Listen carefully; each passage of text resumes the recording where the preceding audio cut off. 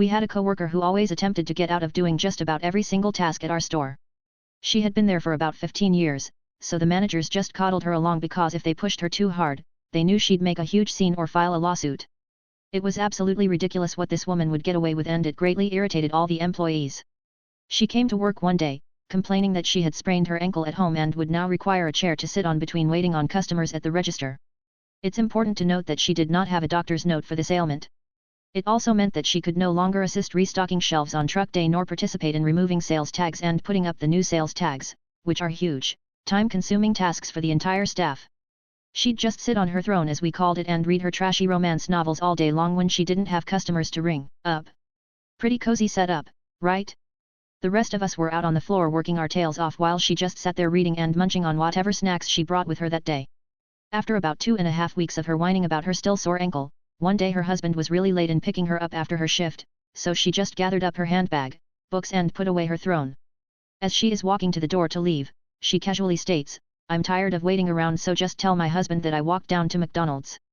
I'm hungry, so he can just pick me up there." McDonald's is about 3 blocks down the road. Quite a distance for a person with a bad ankle to walk. 20 minutes later, her husband arrived and asked the store manager where she is. The store manager had no idea, and so he asked me. I told him the truth. She said she was hungry, so she walked down to McDonald's to get something to eat. She told me to tell you to pick her up there. As the husband exits the store manager turns around and furiously grabs her throne, throws it in his office, locks it, and announces, "We're done playing this game."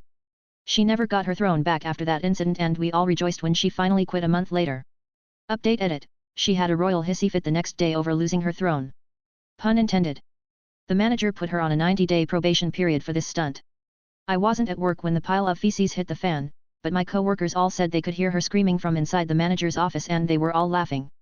When she finally emerged from her tongue lashing in the manager's office, she was very quiet and moped all day, trying to gain sympathy from the customers until the manager stopped her by stating, in front of the customers, "If you're healthy enough to walk 3 blocks to McDonald's, you're healthy enough to do your job standing like everyone else.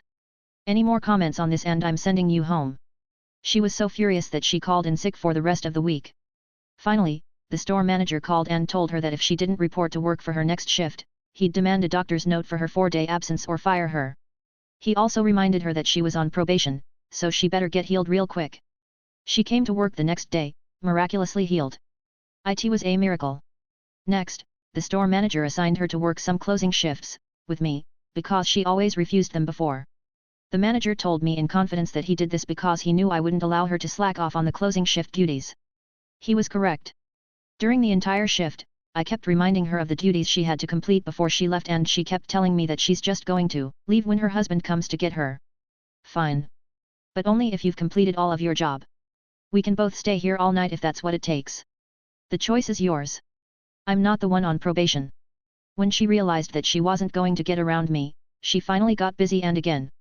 Another miracle. She completed all her tasks before closing. 2 weeks later, she gave notice. The Queen finally gave up her throne. Face with tears of joy. Face with tears of joy. Edit number 2, just so we're clear, the Queen's throne was a simple folding chair.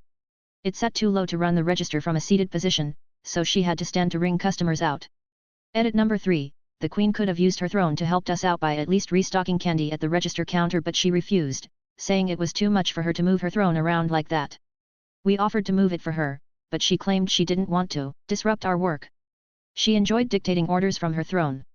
She would constantly call us to the front like we were her personal servants, knowing she was disrupting our work. "I'm thirsty. Get me a Coke out of the cooler. I'm hungry. Grab me a bag of chips and a couple Slim Jims. I'm bored.